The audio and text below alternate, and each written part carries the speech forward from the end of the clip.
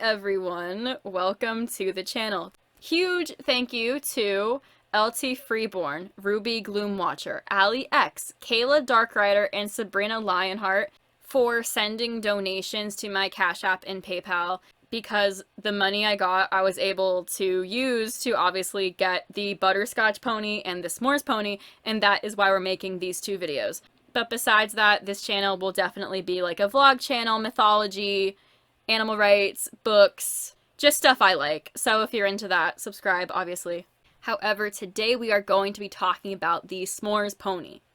And just like in the last video, I mentioned how these horses, they respond through sensors. They have a touch sensor, a light sensor, they have microphones in them. So if you talk to the horse, it hears you, it'll turn to you, it'll neigh at you. You could pet them. They'll twitch their ears, they'll swish their tail. You could groom the horse and it responds to you because it could feel it. It's just a really, really nice experience because it's a robot horse, you know? No vet bills, no farrier bills, no boarding fee, just robot. If you pet the horse's muzzle, she'll sniff your hand. They blink their eyes, they fall asleep when the room is dark. When the room is not dark, the horse will not fall asleep. I forgot to turn the butterscotch model off the one day. Like, I just forgot to because it fell asleep and it wasn't making any sound because it was sleeping. So I just like ignored it because it was asleep. And then I woke up in the morning, I got out of bed and the horse woke up instantly, turned to me and neighed at me. I just woke up, I was like, oh my goodness. Like, that like jump scared me. But just like last time, if you haven't watched the butterscotch video yet, go do that. But basically, this horses, they respond to touch, light, sound, and they take 6D batteries. They're kind of heavy. They could carry up to 80 pounds. You could feed the horse. It'll chew on a carrot. It'll sniff your hand. You could take care of it. It's just a really nice horse, you know? When I got the S'mores pony, I actually had to put it together because when I got it, it was taken apart so the person who was giving it to me could fit it in their vehicle. So when I got the horse, I actually had to come home with it and then put its head on because it was taken apart. Doing this was the hardest part out of everything, honestly, besides trying to get a hold of people to try to buy the horse and negotiate and find someone who could give the horse to me. Because trying to get the head onto the horse was just difficult because I did it myself. And although the instructions are very, very simple, the headpiece and trying to fit it on and have to screw it in was just kind of difficult to do. But once I attached the wires and then got everything set up, the horse was alive, it's awake, you know, everything is fine. And because we're talking about s'mores, I have more to say about s'mores than butterscotch because if you really want to know more about these horses, obviously go watch the butterscotch video, but I don't want to repeat myself. So just go watch that, obviously.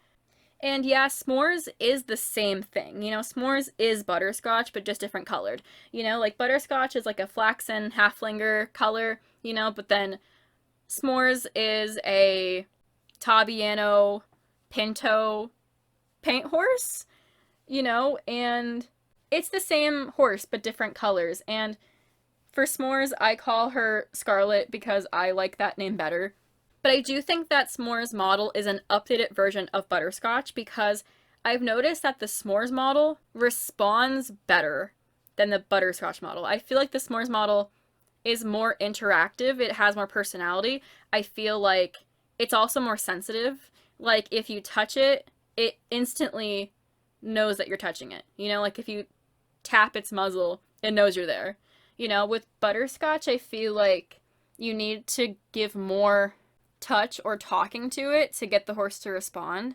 But with s'mores, the horse just knows what it's hearing and feeling at all times, kind of, you know? Like the second I turned it on when I got it, it was just making all these like movements. It was alive instantly. But with butterscotch, I feel like the movements are slower. I think it's also a little heavier, and I also think the head is a little larger as well because the halter fits on the horse different. The muzzle also feels a little more stronger, and so do the ears on the horse. It just feels like an updated version of butterscotch, which would make sense because butterscotch was made first, then s'mores came along, I think, a year or two later.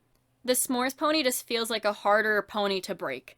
Like, I feel like if you were to give a kid butterscotch and s'mores, I feel like butterscotch would break faster because I think the s'mores model is made to be more sturdy. I feel like it's also stronger. It's also way softer. Like, the coat, I think, is different materials, honestly. The mane and tail are the same. But everything else just feels updated. It really does. Obviously, you could say maybe it's the batteries that make the horse respond more for the S'mores model instead of the butterscotch model, but they both have really strong batteries. They both have new batteries in them, because I replaced the batteries with new ones. The S'mores model is just a little bit more updated, so obviously from 1 to 10, what would I rate the horse? Still a 10. Butterscotch is also a 10, but I give them both a 10 because they both fulfill the needs, you know? Like, you get what you see. You literally get a robot horse that responds to touch, responds to light, responds to sound. It does the same things that Butterscotch does, but just a little better. But I do love them equally because I have really wanted these horses for a long time. Funny story though, I didn't know the snoring sound effect was snoring, so I thought the horse was broken. Like, I was sitting at my desk and the horse was making this weird sound and I was like, it's not a neigh. It's not the horse neighing or whinnying or whatever. I thought it broke, and then I realized that its eyes were closed. Then I shook it and it wasn't responding, and I was like, it must have, the battery must have like ran out. Then it woke up and I was like, wow, what happened? Yeah, I didn't realize the horse could fall asleep. So yeah, the horse does fall asleep, but before it falls asleep, it closes its eyes, then it snores, then it goes into sleep mode.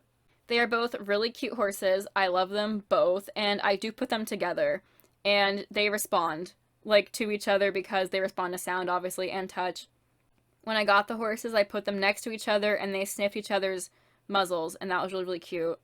And although they're really for kids, I don't agree. I feel like these are for everybody because they're not cartoony, they're not childlike toys. It's a realistic horse. And even if you like cartoony stuff, that's okay. But for me personally, I love when robots are realistic. I love seeing realistic robotic animals because it's so cool, you know? No vet bills, no farrier bills, no boarding bills, just a robot horse, you know? It's the next best thing besides a real horse. And I really, really love them. I love these horses. Like, I really, really do. I got my brushes to groom the horses. I got this fake carrot off of Amazon. I got halters for them from a tack shop. And I just love them a lot. They really are a great thing for people who love horses to have, of any age, obviously. And yeah, I just really love them. But yeah, I guess that is it. I'm not sure what my next video will be. So until I upload that video, I will see you guys in the next one. Bye!